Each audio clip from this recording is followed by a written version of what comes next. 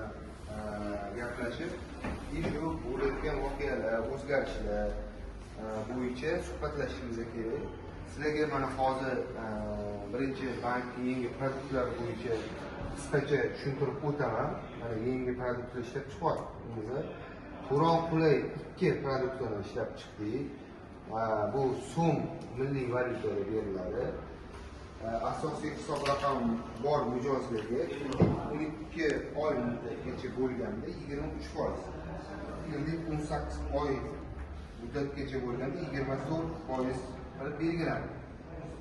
Bunda 10 ta ish o'rni yaratsanglar 1% yana tushib beriladi, 20 ta ish o'rni yaratsanglar 2% tushib beriladi. 3 kunda kredit muddatini chiqarib berish muddati.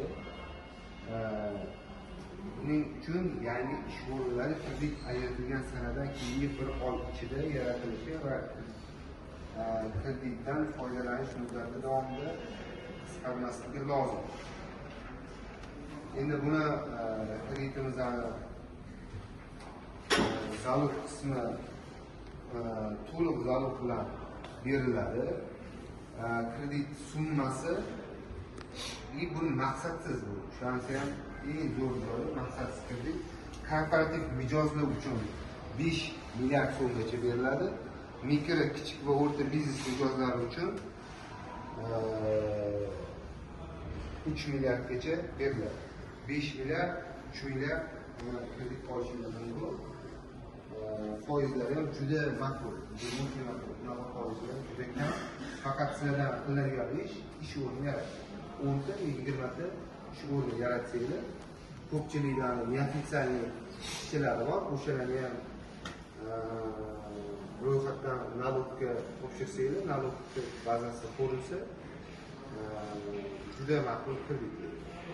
Bo'lmagan tadbirkorlik subyektlariga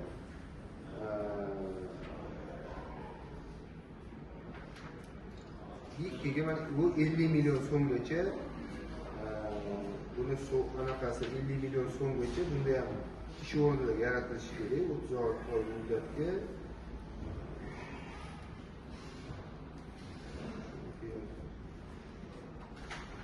Xullas, mana shunaqa yangi kreditda BXMning 2000 baravardan oshmagan miqdorda kredit summasi